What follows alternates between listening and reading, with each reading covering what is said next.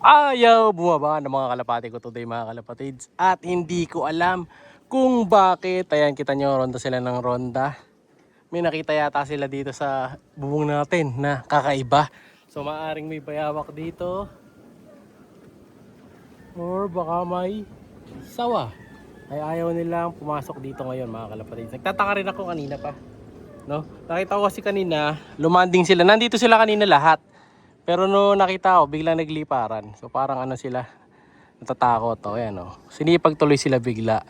Buti na lang, wala silang sakay today. So kakauwi lang ng mga yan kanina mga kalapatids. Galing ng Valenzuela. Pero di bale, okay yan. Para tumibay sila. O ayan o, lalakas sila. Yung tipler na isa na doon na sa taas. Yan na lang, hindi po bumababa. And then papadeliver din natin yung dalawang tipler na nandito today kay Boss Ron. Congrats. Ayan. So, ibabox natin mamaya. Siyempre may kasama pa rin niyang free t-shirt. Medyo masabit yun na lang muna ko mga kalapatids. May ano tayo, may ubo, no? So tingnan natin kung anong mas papasok yung mga to. Kanina palipad na lipad dyan. Baba tayo para makababa sila. Patingin ko may nakakita silang kakaiba dito kanina sa ano, sa yero. Kaya ayaw na lang pumasok. Or sa landing board ko. Ayun o.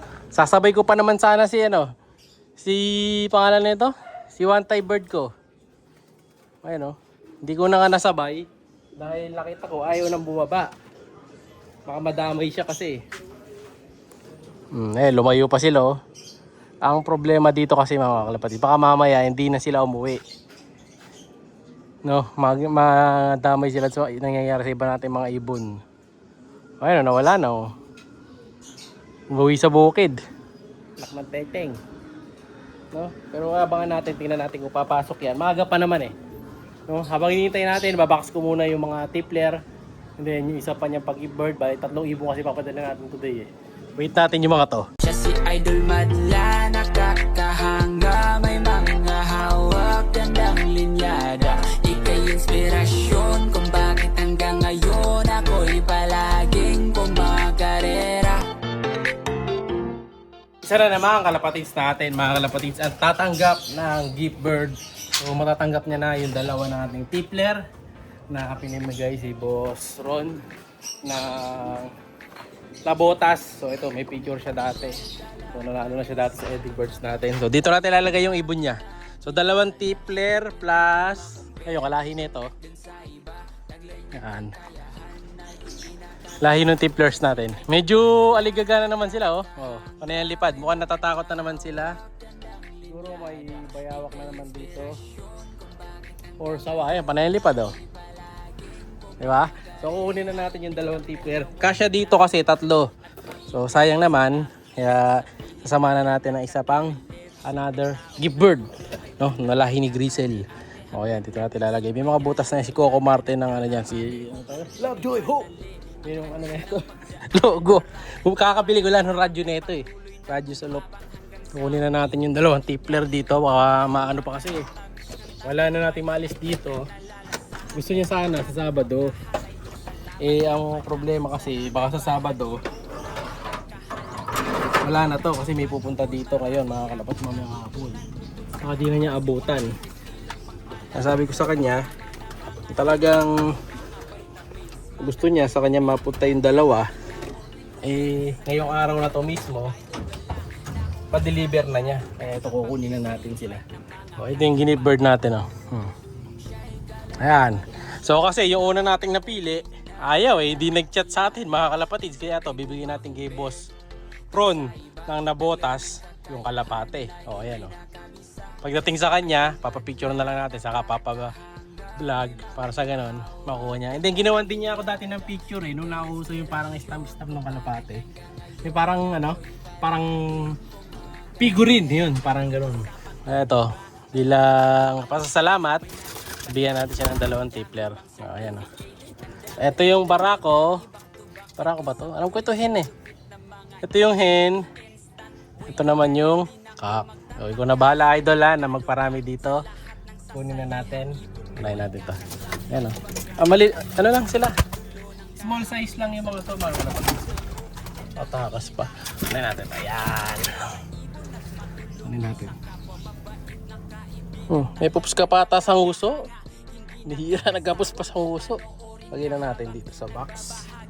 At itong isa. Let's go! May pa rin bumababa yung mga ibon natin sa likod. Kaya si Madlato, kinuha na niya yung isa nating birdie dito sa kabila. Lalagay niya dun sa may trapdoor.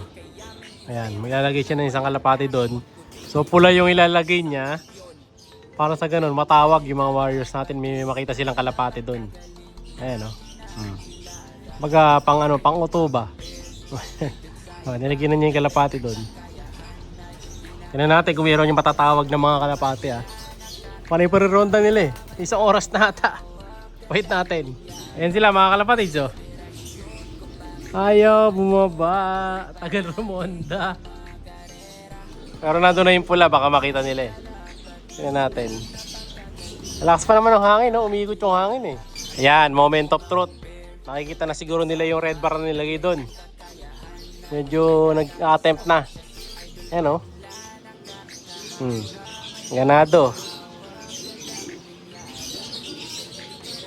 Pero kung sana everyday ganito kayo, umaga hapon, ganyan kayo katagal lumipad. Ganda sana. Ewan ko, ba't sila natatakot? Wala namang sa taas. Baka kasi may pusa yan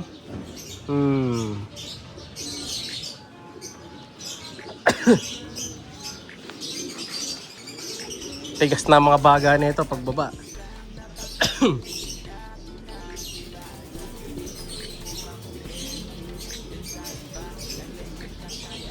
Ayan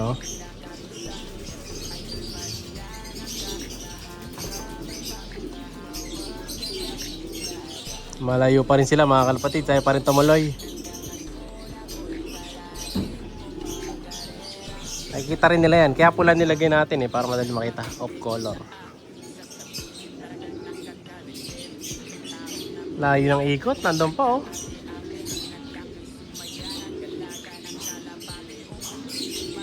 Tara, bababa na yata mga kalapatids. Kaso umiihip yung hangin Nahirapan sila maglanding. Tumaas pa.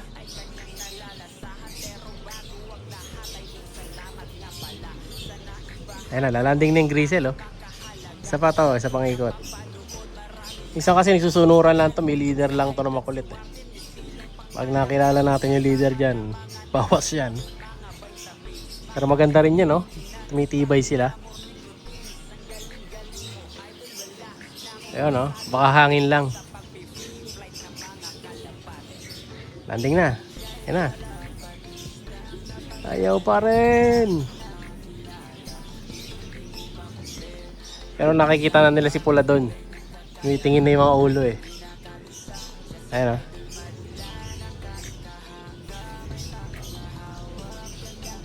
Sadyang malakas lang siguro hangin. Kaya nahirapan buwaba. Siya'y kalapatistang napakagaling na kinakilala.